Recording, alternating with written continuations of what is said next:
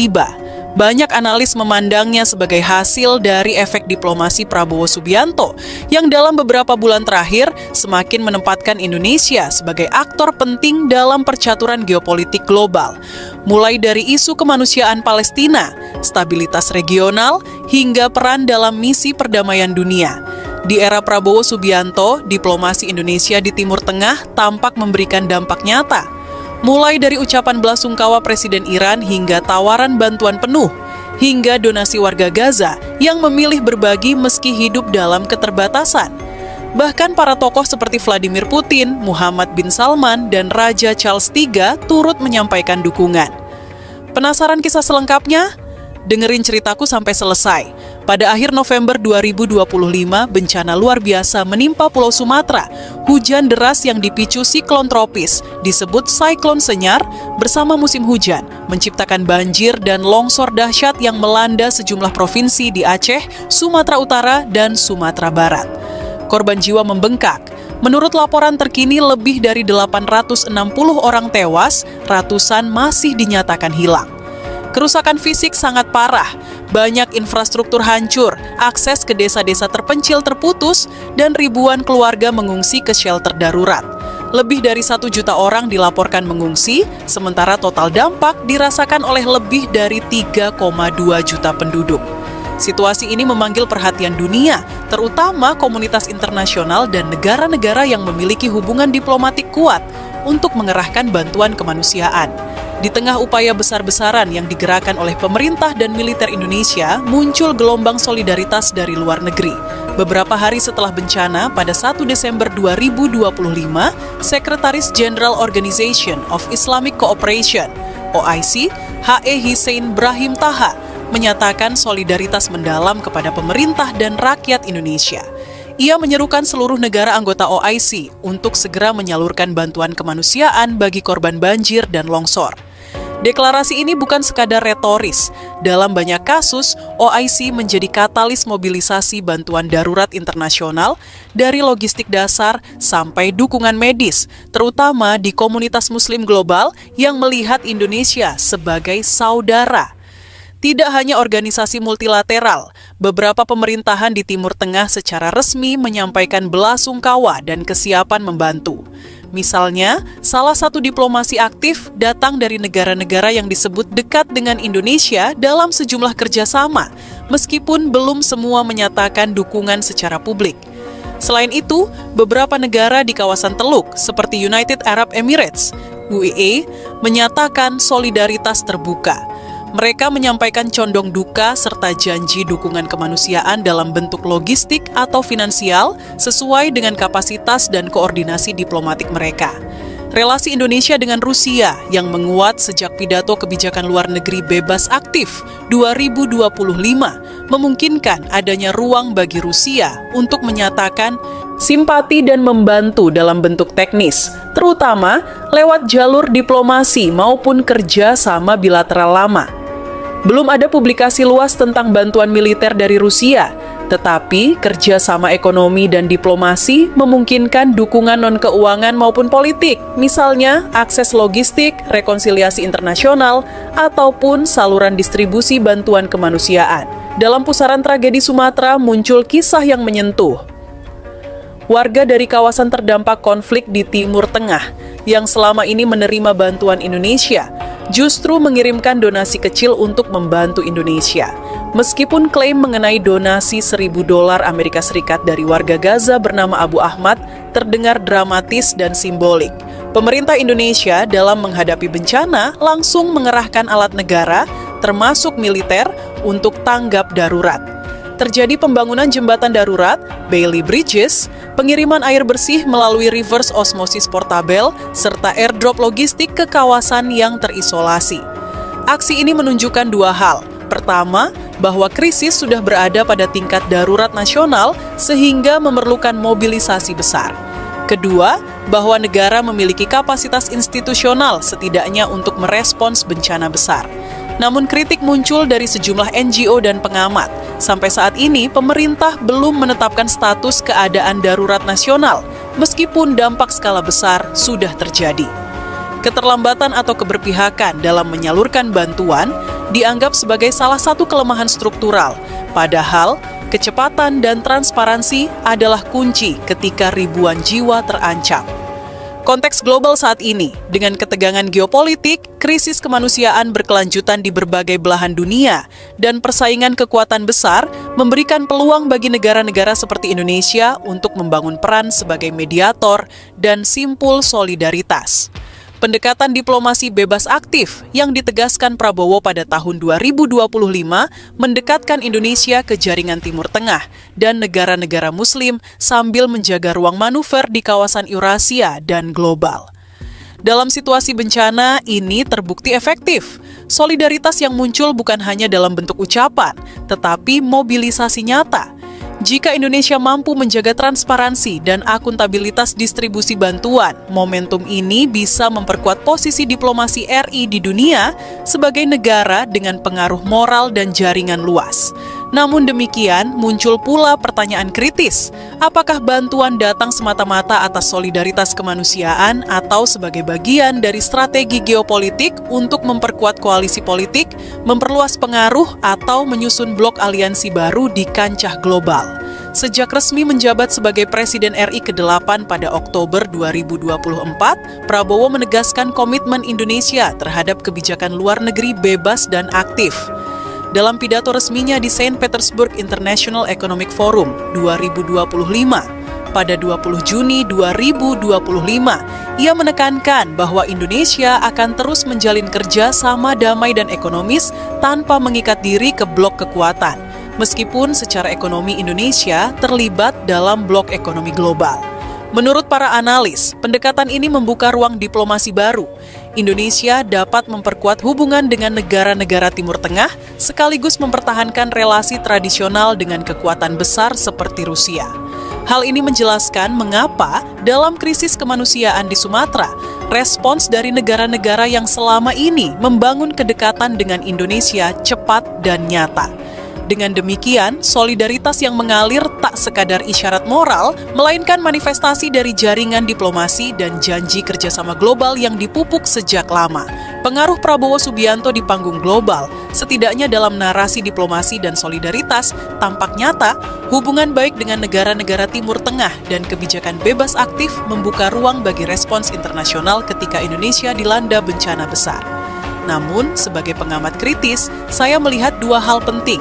Satu, kebutuhan transparansi dan akuntabilitas agar bantuan internasional benar-benar sampai ke korban, bukan hanya jadi alat propaganda diplomatik.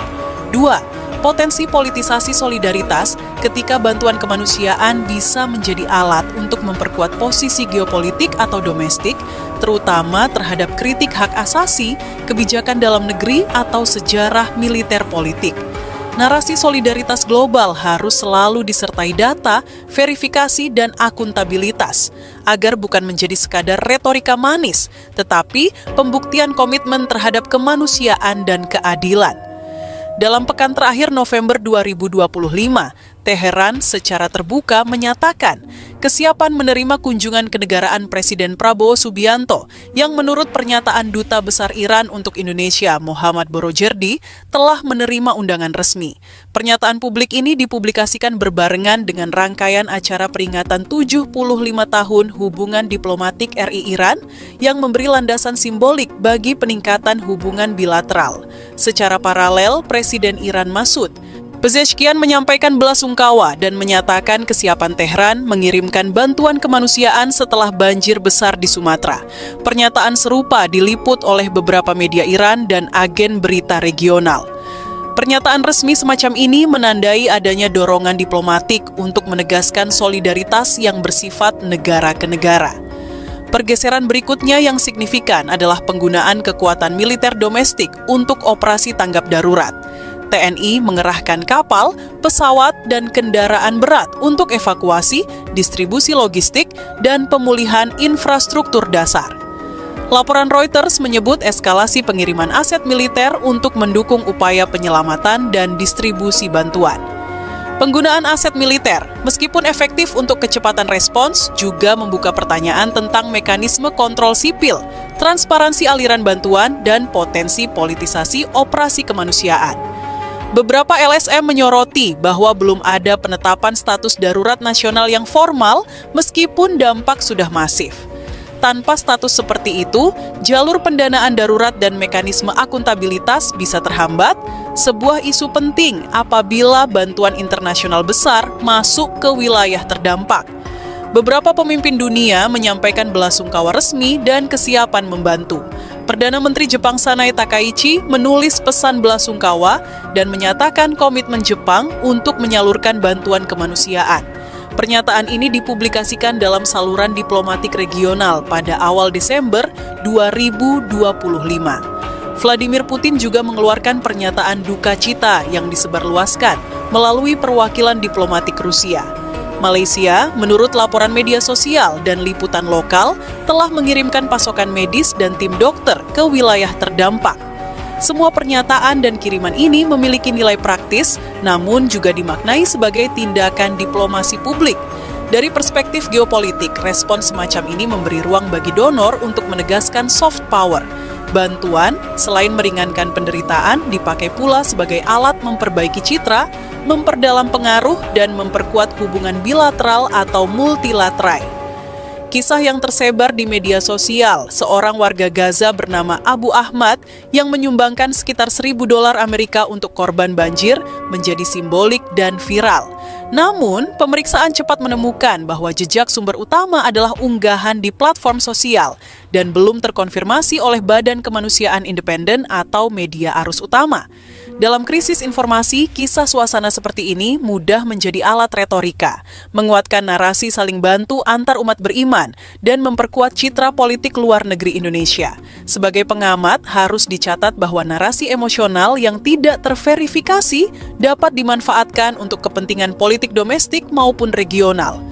Verifikasi faktual tetap wajib sebelum menjadikan cerita semacam itu sebagai bukti otentik solidaritas negara. Momentum bantuan internasional dan undangan kenegaraan memiliki implikasi strategi. 1. Penguatan jejaring Timur Tengah, undangan kenegaraan dan pernyataan solidaritas dari Iran memberi kesempatan bagi Jakarta untuk memperdalam kerja sama energi, perdagangan, dan keamanan non-tradisional. Ini juga bisa menggeser orientasi diplomasi Indonesia lebih menyertakan isu-isu Timur Tengah dalam platform kebijakan luar negeri. 2. Risiko polarisasi. Ketika solidaritas diarahkan oleh aktor yang bersinggungan langsung dengan konflik regional, misalnya Iran-Israel, ada potensi kritik dari pihak yang khawatir Indonesia tertarik ke lingkungan geopolitik yang lebih berbahaya. Hubungan hangat dengan Tehran bisa ditafsirkan oleh sebagian pihak sebagai pilihan strategis yang membawa konsekuensi terhadap hubungan dengan mitra lain atau penempatan netralitas tradisional. 3. Politisasi bantuan. Jika distribusi bantuan tidak transparan, donor internasional dapat memanfaatkan kondisi untuk klaim legitimasi politik, baik bagi negara pemberi maupun penerima, yang pada gilirannya mempengaruhi opini publik domestik. Sebagai catatan akhir yang bersifat analitis, agar keuntungan diplomatik yang didapat tidak berubah menjadi isu domestik atau sumber kebingungan internasional, pemerintah perlu 1. Mengesahkan mekanisme transparansi atas semua bantuan internasional, pendanaan, logistik, dan penyaluran dengan audit independen. 2. Mempertahankan posisi netral yang terukur dalam konflik eksternal, solidaritas kemanusiaan dipisahkan dari aliansi militer atau langkah yang dapat membawa Indonesia ke konfrontasi geopolitik. 3. Memverifikasi dan mengomunikasikan setiap klaim donasi atau aksi solidaritas yang viral di media sosial melalui saluran resmi atau NGO terpercaya untuk mencegah penyebaran informasi tidak akurat. Impuls solidaritas internasional yang muncul setelah banjir Sumatera adalah fakta nyata yang mengandung peluang diplomatik signifikan.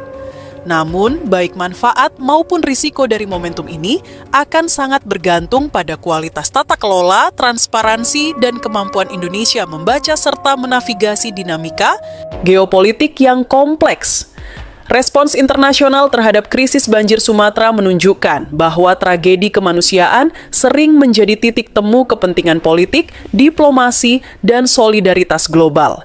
Dari undangan kenegaraan Iran hingga bantuan teknis dari negara-negara sahabat, Indonesia berada pada posisi strategis yang dapat memperkuat hubungan internasionalnya, asal dikelola dengan transparansi, kehati-hatian, dan komunikasi yang jelas.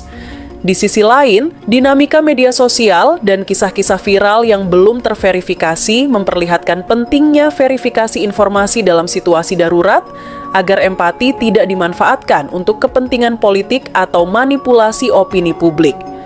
Sementara peran TNI dalam operasi kemanusiaan menunjukkan efektivitas respons cepat, kontrol sipil dan akuntabilitas tetap harus diutamakan untuk mencegah politisasi bantuan. Secara keseluruhan, krisis ini tidak hanya membuka ruang kerja sama global, tetapi juga menjadi ujian bagi tata kelola domestik dan ketegasan Indonesia dalam menjaga prinsip netralitas diplomatiknya. Bila dikelola dengan baik, momentum solidaritas ini dapat meningkatkan posisi Indonesia sebagai kekuatan regional yang stabil dan dihormati tanpa terjebak dalam tarik-menarik kepentingan geopolitik yang lebih luas.